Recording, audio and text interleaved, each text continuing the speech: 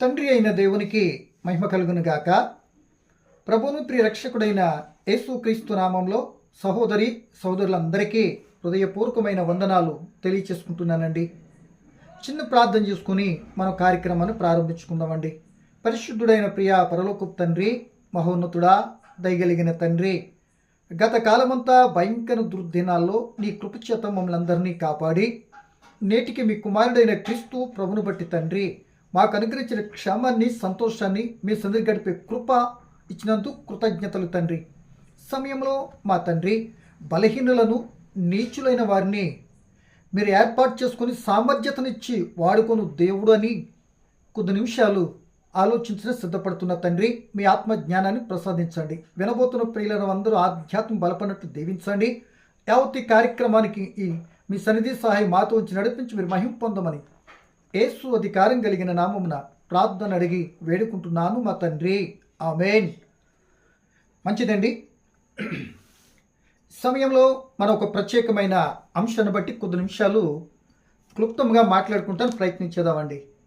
ఏంటి అంశము అంటే, ప్రియమైన వర్లరా, నీచులను, తృణీకరింపబడిన వారిని దేవుడు తన సామర్థ్యతనిచ్చి వాడుకుంటాడు అనే అంశాన్ని కొద్ది నిమిషాలు మనం మాట్లాడటానికి ప్రయత్నించేద్దాం. దీనిలో భాగంగా ఒక బాలుడైన ఒక వ్యక్తిని మనం జ్ఞాపకం చేసుకుంటూ ప్రయత్నించేద్దాం. ఎవరా బాలుడు అని అంటే ఇర్మియా గారు. ఇర్మియా గారిని తల్లి గర్భంలో ఉన్నప్పుడే దేవుడు ఏం చేశాడంటే ఆయన రూపించి ఏర్పాటు చేసి భూలోకానికి తల్లి గర్భం నుండి పంపించి బాలుడుగా ఉన్నప్పుడే దేవుడు నిన్ను ఏర్పాటు చేసుకున్నాను అని చెప్తే ఈయన ఏమంటున్నాడంటే సాకు చెప్తున్నాడు. నేను బాలుడనే అంటున్నాడు. నువ్వు బాలుడువో, బలహీనుడువో, లేకపోతే ఎవరివో దేవుడికి అంతా తెలుసు అంటే దాని అర్థము నీ బలము తెలుసు, నీ బలహీనత కూడా దేవుడికి తెలుసు. అట్ ద సేమ్ టైం టోటల్గా మన హిస్టరీ అంతా కూడా తెలుసు. ఎలాగంటే మనము దేవుని అరచేతిలో ఉన్న సంగతిని ఈ మాటను బట్టి కూడా మనం గమనించుకోవాలి అని ప్రభును బట్టి నేను జ్ఞాపకం చేస్తున్నా. ఈయన ఏమంటున్నాడు మనం చూడండి. ఇర్మియా గ్రంథము మరి 1వ అధ్యాయం 6వ వచనాన్ని చదువుతున్నానండి. అందుకు ఇర్మియా 1వ అధ్యాయము 6వ వచనం, అయ్యో ప్రభువు యెహోవా, చిత్తగించుము, నేను బాలుడనే, మాట్లాడుటకు నాకు శక్తి చాలదని నేను అనగా యెహోవా నాకు ఇలాగూ సెలవిచ్చెను, నేను బాలుడను అనవద్దు, నేను నిన్ను పంపువారి యొద్దకు నీవు పోవలెను, నేను ఆజ్ఞాపించిన సంగతులని చెప్పవలెను. నీ స్థితి నాకు తెలుసు కదా, నేను బాలుడను, నేనేం చేయలేనని నిన్ను నువ్వు తగ్గించుకుంటావేంటి? ఏమండి, చిత్తగించుము, నేను బాలుడు, నేను మాట్లాడలేను అంటున్నాడు. ఇదే మాట బైబిల్లో మరొక ఆయన కూడా చెప్పాడండి. ఎలాగా నేను మాట మాంద్యం గలవాడను, నేమి మాట్లాడలేను, నోటు మాంద్యం గలవాడను అని దేవుడికి అవకాశం ఇస్తుంటే ఆ అవకాశాన్ని తప్పించుకుంటానికి నేను మాట్లాడలేను అన్నాడు ఒక వ్యక్తి. ఆ వ్యక్తి కూడా మనకు బాగా తెలుసు. ఎవరా వ్యక్తి అంటే మోషే గారు. అంటే వీళ్ళిరువురి గురించి 2 మాటలు చెప్పి మరొక ఇద్దరి గురించి 2 మాటలు చెప్పి అర్థవంతంగా ఆ వ్యక్తుల యొక్క జీవితాలు మన జీవితాలకు అన్వయించుకొని క్లుప్తంగా వివరణాత్మకంగా ముగించుకుంటానికైతే మనం సిద్ధపడదామండి. చూడండి, ఇక్కడ అయ్యో నేను బాలుడనే, మాట్లాడుటకు శక్తి చాలదు అంటే బాలుడు మాట్లాడరా? అంటే దేవుడు ఎన్నిక చేసేటప్పుడు ఆ ఎన్నిక చేస్తున్న తీరు మరి దేవునికి తెలియదా? ఈయన మాట్లాడుతున్న మాట నేను బాలుడను అంటున్నాడు. నువ్వు బాలుడువో, బలహీనుడువో, పెద్దవాడువో, మరలా చెప్తున్న దేవుడికి అంతా కూడా తెలుసు. అంటే ఒకరు తప్పించుకుంటానికి సాకులు చెప్తున్నాడనా? లేకపోతే నేను అసమర్థత స్థితిలో ఉన్నాను, నీకు ఇష్టమైతే సమర్థులైన వారిని పంపించండి, అలా మాట్లాడించుకోండి అని చెప్తున్నాడేనా అని ఇట్ మే బి ఏదైనా కావచ్చు. ఒకవేళ తన స్థితిని చెప్తున్నాడని కూడా అనుకోవచ్చు. అప్పుడు తన స్థితిని చెప్పగానే దేవుడు అంటున్నాడు, నువ్వు బాలుడు అనవద్దు, నేనేం చేస్తున్నాను, నేను బాలుడను, నేను నిన్ను పంపుయోరు వద్దకి వెళ్ళి నేను ఆజ్ఞాపించినవన్నీ కూడా వాళ్ళకి చెప్పే ఇందుని మిత్తమే నేను ఏం చేసింది తెలుసా? తల్లి గర్భంలో ఉన్నప్పుడే నేనేం రూపించుకున్నా, నిర్మించుకున్నా, నేను కాపాడాను, ఆ భూమి మీదకి నడిపించాను. ఇదిగో బాలుడు దశకు రావటానికి కూడా అంత కారణం కూడా నేనే చేశాను కనుక నువ్వు బాలుడిని అనవద్దు. నేను చెప్పే మాటలు నీలో ఉంటాయి, నేను నీకు తోడై ఉంటాను, నేను ఎక్కడికైతే తీసుకొని వెళ్తున్నానో అక్కడ నేను పలికించే మాటలు మాట్లాడటానికి నువ్వు ఒక సాధనంగా ఉండాలి అని దేవుడు ఇర్మియా ప్రవక్తను ఏర్పాటు చేసుకున్నాడు. తల్లి గర్భంలో ఉన్నప్పుడే బయటకు వచ్చిన తర్వాత ఆ పనిని నిర్ణయించి పంపిస్తుంటే ఇర్మియా గారు పలుకుతున్న మాట నేను బాలుండి అంటున్నాడు. ప్రియమైన దేవుని బిడ్డలారా, ఈ ఇర్మియాకు అర్థం ఏంటి అని అడిగితే యెహోవా స్థాపించును, నియమించును, పంపించును అని 3 మాటలుగా మనం తీసుకుని వచ్చండి. ఈయన మాటకు అర్థం, వీళ్ళకి నాన్నగారి పేరు హిల్కియా, ఒక యాజకుని కుమారుడండి. ఇలా ఊరు పేరు అనాతోతు అని మొదటి వచ్చిన మనకు కనబడుతుందండి. దగ్గరగా ఇర్మియా గారు బాలుడుగా దేవుడు ఏర్పాటు చేసుకున్న తర్వాత ఆ యూదా జనాంగానికి, యూదా రాజ్యానికి వాళ్ళు విగ్రహారాధికులు అయిపోయినప్పుడు దేవుని తట్టు తిరగండి లేదా దేవుని మీరు శిక్షిస్తాడు అని సూటిగా తేటగా ఉన్నది ఉన్నట్లుగా చెప్పినటువంటి వ్యక్తి ఆ యొక్క యూదా జనాంగానికి ఇర్మియా గారండి. దగ్గరగా 40 సంవత్సరాలు ఇశ్రాయేలుకి ప్రవక్తగా ఉండి ప్రవచించాడు దేవుని ఏర్పాటు తర్వాత. ఆ ప్రవచించేటటువంటి సమయం బాలుడిగా ఉండి తన జీవితం అంతా కూడా ఇంచుమించుగా దేవుని సేవలోనే ప్రవక్తగానే తన యాత్ర ముగించినట్లుగా లేఖనాలు ఆయన గురించి చెప్పబడుతున్నవి. అంత మాత్రమే కాదండి, ఈ ఇర్మియా గారు వివాహం చేసుకోలేదండి. దేవుని యొక్క పని కొరకు అలా వివాహితుడిగానే, అంటే వివాహం చేసుకున్న వ్యక్తిగానే మిగిలిపోయాడు. కనుక ఇంతకీ చెప్పాల్సిందేంటి, దేవుడు ఏ విధానికి తోడుంటాడు అని అంటే ఒక మాట మనం చదువు చూడండి. అదే మొదట అధ్యాయం 8వ వచనం చదువుతున్నాను. వారికి భయపడకుము, నిన్ను విడిపించుటకు నేను నీకు తోడై ఉన్నాను, ఇదే యెహోవాకు. అప్పుడు యెహోవా చెయ్యి చాపి తన నోరును ముట్టి ఇలాగూ సెలవిచ్చెను, ఇదిగో నేను నీ నోటు నా మాటలు ఉంచి ఉన్నాను. అంటే భయపడవద్దు, ఆయన నోరును ముట్టాడు, మాట్లాడలేనంటున్నావు కదా, నోరును ముచ్చాడు అంటే సామర్థ్యతనిస్తున్నాడు. నా మాటలు నీ నోటు ఉంచుతాను, నేను తోడుంటాను, నేను ఎక్కడికైతే పంపిస్తానో అక్కడికి వెళ్ళి నువ్వు చెప్పాల్సిన మాట ఏంటో తెలుసా ఇర్మియా అంటున్నాడు. ఏ మాట? 10వ వచనం, పెళ్ళగించుటకును, విరగగొట్టుటకును, నశింపచేయుటకును, పడద్రోయుటకును, కట్టుటకును, నాటుటకును నేను ఈ దినమున జనముల మీదను రాజ్యముల మీదను నేను నియమించి ఉన్నాను అంటున్నాడు. అంటే ఈ పనులన్నీ చేయటానికి నేను నియమించాను. ఈ పనులు బట్టి నువ్వు భయపడవద్దు, నేను నీకు తోడుంటాను, నా మాట నీతో ఉంచుతా, నేను తోడుంటా, నేను బలపరుస్తా, భయపడొద్దు అని అంటే భయపడుతూ నేను బాలున్నాని చెప్పలేనని ఈ మాటలు నీకు వద్దు. నేను కానీ బలపరిస్తే, నేను కానీ తోడుంటే ఇంక నీకు అడ్డేముంది, నేను చేయించగలిగిన వారెవరు ఏమని? కనుక ఈయనను బాలుననేటువంటి విషయం మాట్లాడుతుంటే ప్రోత్సాహంగా ఆయన ముందుకు నడిపించి నాకు ప్రవక్తగా నేను నియమించుకుంటున్నాను అని చెప్తున్నాడు. అంటే నేను మాట్లాడటానికి శక్తి చాలదు అంటున్నాడు.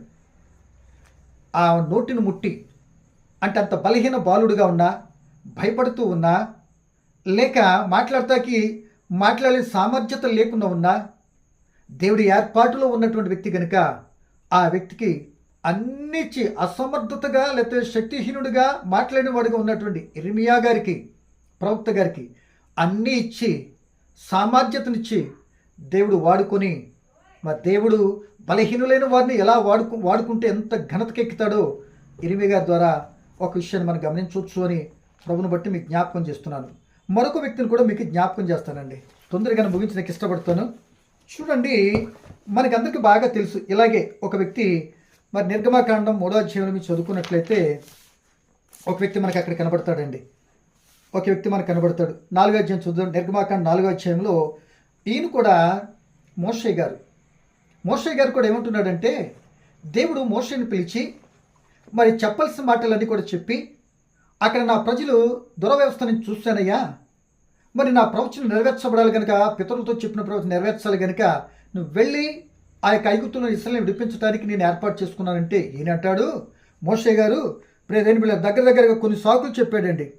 ఏమంటాడంటే 3వ అధ్యాయము 11వ వచనం, అందుకు మోషే ఫరో యొద్దకు వెళ్ళుటకు ఇశ్రాయేలీయులను ఐగుప్తును తోడుకొని పోవుటకు నేను ఎంతటి వాడని దేవునితో అనగా, అంటే నేను ఎంతటి వాడనండి అంటే నేను ఎంతటి వాడని చెప్పిన తర్వాత ఆ మొత్తం మీద అన్ని వివరాలను చెప్పి 4వ అధ్యాయం 10వ వచనం కూడా చదువుతుంది చూడండి, అదే నిర్గమాకాండం.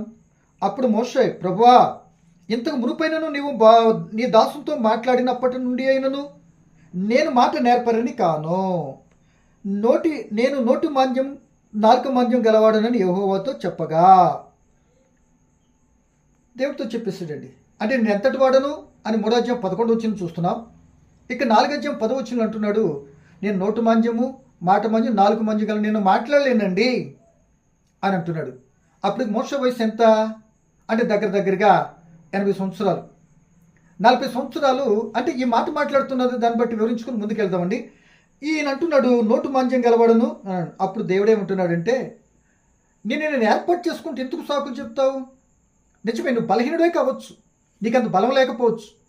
నువ్వు ఐగుప్తుకు వెళ్తున్నావంటే నీ స్థితి కూడా దేవుడికి తెలుసు. ఎందుకు అక్కడ ఒకరిని చంపేసి కదా పారిపోయి వచ్చావు నువ్వు. నేను అక్కడికి వెళ్తే నా బ్రతికేమైపోద్ది అనుకుంటున్నావు. ఎన్నో సాకులు చెప్పావు, దేవుడు ఇచ్చిపెట్టలేదుగా. అప్పుడు దేవుడు ఏమన్నాడు చూడు 11 వచనం, యెహోవా మానవులకు నోరిచ్చిన వాడు ఎవడు? మోగవానినే గాని, చెవిటివానినే గాని, దృష్టి గలవానినే గాని, గుడ్డివానినే గాని పుట్టించిన వాడెవడు? యెహోవానైన నేనే కదా. కాబట్టి నేను నీ నోటికి తోడై ఉంటాను, వెళ్ళు అంటాడండి. అమ్మాయి అన్నట్టుగా ఎంత చెప్పిన మోషే వెళ్ళటానికి సంకోచించాడండి. సో నీకు దేవుడు ఒక అవకాశం ఇస్తుంటే నీ స్థితి ఎరిగి దేవుడు మాట్లాడుతుంటాడు. నీ నోటికి నేను తోడై ఉంటాను, వెళ్ళు. నువ్వు అక్కడ వెళ్ళు. నువ్వు నోటు మాంద్యం అంటున్నావా? అసలు గుడ్డివాని కానీ, కుంటువాని కానీ, మోగవాని కానీ చెట్టు పుట్టించింది ఎవరు? నేనే. వారి యొక్క అవసరతలను బట్టి పుట్టించి వారికి అన్నీ ఇచ్చి వాడుకొని గణపరచబడతాను. నేను వాళ్ళకి ఘనత చేస్తాను, నేను గణపరచబడతాను, గొప్పవాడిని చేస్తాను అంటున్నాడు.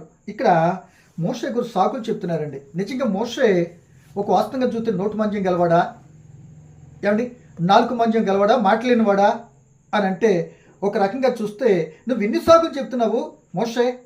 అసలు నిన్ను ఆ యొక్క ఐగుప్తు దేశంలో ఆ యొక్క ఇశ్రాయేలీలందరూ కూడా మగవాడిని కనినటువంటి ఆ బిడ్డను ఎవరినైనా సరే నైల్ నదిలో వేసి చంపటమో లేకపోతే చంపేసేయాలి. నేను అట్టి స్థితిలో మరి నువ్వు పుట్టినప్పుడు నిన్ను కాపాడి రక్షించింది నేనే కదా. ఒకవేళ నీ తల్లిదండ్రులు 3 మాసాలు పెంచిన తర్వాత నేను కాపాడలేకపోతే నైల్ నదిలో వదిలేశారు కదా. భయంకర ముసుళ్ళు ఉంటాయండి నైల్ నదిలో. ఆ నైల్ నదిలో ముసలు నోటికి పడకుండా పరో కుమార్తెకు అనిపించుకుంటూ తీసుకుని వెళ్ళి పరో ఇంట్లో పెంచింది నేనే కదా కాదా. అసలు ఇంత చేసిన నీ వెనకాల నీ స్థితిని అంతగా కాపాడింది ఎందుకో తెలుసా? ఒకరోజు నీతో పని ఉందని కనుక నేను కాపాడా. నీ అందరికీ అప్పటికి చనిపోయినటువంటి వాళ్ళకంటే నువ్వు గొప్పడమేం కాదు. కానీ నువ్వు నాకు కావాలి అని నిర్ణయించుకుని ఏర్పాటు చేసుకుంటే నీకున్న స్థితిని బట్టి పలికేది దేవుడు కాపాడేటంటే ఆలోచన లేకుండా చాలామంది ఇలాగే నోటు మాంద్యము, చదువు లేదు, నాకు విద్య లేదు, నేను మాట్లాడలేను, నేను అందగాడిని కాను, ఆస్తులు లేవు, మరొకటి లేవు, సంఘం లేదు, మరొకటి లేదు, ఏదో సాకులు చెప్తుంటారు. నీ సాకులు నాకు కుదరదండి అంటాడు దేవుడు. దేవుడు ఏర్పాటు చేసుకునేటువంటి మనిషికి ఏం చేస్తాడంటే ఎన్నికలేనటువంటి వాడిని ఏర్పాటు చేసుకుని అన్ని ఇచ్చి వాడుకుంటాడని వాక్యం సెలవిస్తుంది. చూడండి మోషే గారిని మనం చూసినట్లయితే నేను నోటు మాంద్యం గలవాడిని అంటున్నాను. నిజమేనా? ఒకసారి చూద్దాం. చూడండి నిజమేనా? చూడండి అపోస్తుల కార్యాలు మీరు చూసుకున్నట్లయితే అపోస్తుల కార్యాలు ప్రియమైన వాళ్ళరా, అపోస్తుల కార్యాలు మీరు చూస్తే ఇక్కడ కనబడుతున్న మాట 7వ అధ్యాయం 22వ వచనంలో ఏముంది చూడండి. మోషే గారి గురించి ఏం చెప్తున్నాడో దేవుడు. చూడండి అపోస్తుల కార్యాలు 7:22 అండి. 7వ అధ్యాయం 22వ వచనంలో స్టెఫన్ గారి ప్రసంగంలో మోషేని సంబోధిస్తూ ఆ సందర్భం పలికిన మాట ఇశ్రాయేల్ జనాంగానికే. ఈ మాట కూడా ఏమని 7వ అధ్యాయం 22వ వచనం, మోషే ఐగుప్తుల సకల విద్యలను అభ్యసించి మాటల యందును కార్యముల యందును ప్రవీణుడై ఉండెను. మంచి నేర్పరి మాటల్లో. అంటే 40 సంవత్సరాలు ఇంత ప్రవీణత సంపాదించాడు, సకల విద్యలు నేర్చుకున్నాడు. తదుపరి ఒకరు మర్డర్ చేసిన తర్వాత తన ప్రాణం మీదకి వస్తుందేమో పారిపోయి ఆ మిథ్యానారణ్యంలో మరి 40 సంవత్సరాలు ఉన్నప్పుడు మొత్తం అంతా ఊడిపోయిందేమో. అందుకే అంటున్నాడు దేవునితో, నేను నోటు మాంద్యం గలవాడు, నాలుగు మాంద్యం గలవాడు. ఇంతకుముందు ఎప్పుడు కూడా నేను ఇటు మాట్లాడలేదే, నేను ఎలా మాట్లాడగలనంటే అప్పుడు నీకు నోరిచ్చింది ఎవరయ్యా? నీ నోటికి నేను తోడుంటానని ఆ సామర్థ్యత లేని వ్యక్తిగా కనబడుతూ తను తప్పించుకుంటే ఎన్ని సాకులు చెప్పినా ముందే దేవుడు ఒక వ్యక్తిని ఏర్పాటు చేసుకుంటాడు కనుక, తల్లి గర్భంలో ఇరియాని ఏర్పాటు చేసుకున్నట్టుగా ఈ పని కొరికే నిర్ణయించాడు కనుక మోషేని మాత్రం దేవుడు ఇచ్చిపెట్టలేదండి. మొత్తానికి ఏదంటే చెప్పి నీ అన్న నీకు తోడుగా వస్తాడు, అన్న నీకు ప్రవక్తగా ఉంటాడు, నువ్వు అన్నకి దేవుడిగా ఉండాలి, అట్ ద సేమ్ టైం పరోకి కూడా నువ్వు దేవుడికి ఉండాలనుకుని ఏర్పాటు చేసి మొత్తం మీద ఐగుప్తు దేశాన్ని పంపించాడండి. మొత్తం మీద మొత్తం 10 అద్భుత కార్యాలు అన్ని కార్యాలు చేసి విడిపించాడు. 40 సంవత్సరాలు అరణ్యంలో మరలా నడిపించాడు. దేని పిల్లలరా, నీ సాకులు నీ మాటలు ఆయనకు అవసరం లేదు. నీ బలము మరల చెప్తున్న బలము బలహీనత టోటల్గా నువ్వే, నేనే, మనమే దేవునికి తెలుసు. ఒకవేళ దేవుని యొక్క పని కానీ, దేవుని యొక్క అవకాశం కానీ, దేవుని చిత్తం జరిగించే విషయం నీకు చేతికొచ్చినప్పుడు ఎప్పుడు మాత్రం వెనకంజ వేయకు. ఏమో దేవుని ఏర్పాట్లో ఉన్నాను కనుక నా చదువు రాదు, మరొకటి రాదు, మరొకటి రాదు అనకండి. ఇప్పుడు శిష్యులు ఏమాత్రం చదువుకున్నారు ఆ రోజు? అంటే ఆ రోజులు అలా ఉంది కనుక ఈ రోజులు కొద్ది గొప్ప చదువు ఎంతో కావాలి కాదంట్లే. కానీ దేవుడి ఎన్నిక నీకు మరి అదేం చేస్తుందంటే, ఎన్నిక లేని స్థితిలో ఉన్నటువంటి ఆ వ్యక్తులకు తన సామర్థ్యతనిచ్చి దేవుడు వాడుకునేటువంటి పాత్ర, దేవుడు వచ్చే సాధన వాడుకుంటే ఎంత ఘనపరచబడుతుందో, తద్వారా ఎన్ని జీవితాలకు ఉపయోగకరంగా ఉంటుందో, తద్వారా దేవుడికి అంత ఘనత తెస్తామో అనే సంగతిని ఆ ఎన్నికలేని దేవుడు ఎన్నిక చేసుకుని అలా వాడుకుంటాడు. ఇదే మాటను బట్టి మనం ఒకసారి కానీ గమనించినట్లయితే మరి కొరింథీ పత్రికలు ఏమంటాడంటే, దేవుడు ఎన్నిక ఎలా ఉంటుందో ఇక్కడ మా పౌలు గారు చెప్తున్నాడండి. ఏమంటున్నాడంటే, ప్రియమ దేవుని పిల్లలరా, మరి మొదటి కొరింథీ పత్రిక 1వ అధ్యాయము 27-29 వచ్చిన మనం చదువుకుంటే అక్కడ ఏం కనపడుతుందంటే, ప్రియమైన వాళ్ళరా, మనకు కనబడుతున్న మాట ఏంటంటే, వెర్రివారిని, బలహీనులను, నీచులను, తృణీకరింపబడి ఎన్నికలేనటువంటి వారిని, వీళ్ళందరినీ ఎన్నికైనటువంటి వారిని, తృణీకరింపబడినటువంటి వారు, గొప్పవారు, ఎన్నిక చేయబడినటువంటి అందరి బుద్ధి కలగటానికి దేవుడు ఎవరిని ఎన్నుకుంటారంట? ఏమండి? తృణీకరింపబడినట్టుంటారు, నీచులైనటువంటి వారు, ఏమండి?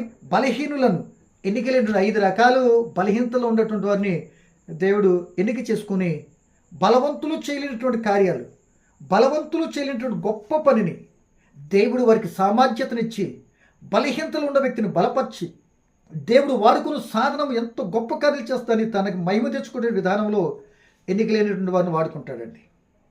ఏమండి? ఇక్కడ చెప్తున్న మాట అదే కదా. చదువుదాం అప్పుడు ఒక మాట, ఈ మాట కూడా చదువుదాం, 1-2 నిమిషాలు లేట్ అయినా.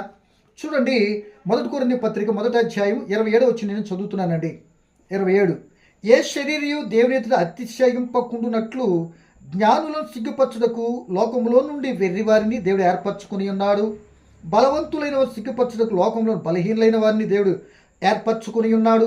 ఎన్నికైన వారిని వ్యర్థం చేయటకే లోకంలో వెర్రివారిని, అంటే ఎన్నికైన వారిని వ్యర్థం చేయుటకు లోకములో నీచులైన వారిని, తృణీకరింపబడిన వారిని, ఎన్నికలేనటువంటి వారిని దేవుడు ఏర్పరచుకుని ఉన్నాడు. అంటే దేవుని ఎన్నిక ఎలా ఉందో చూడండి.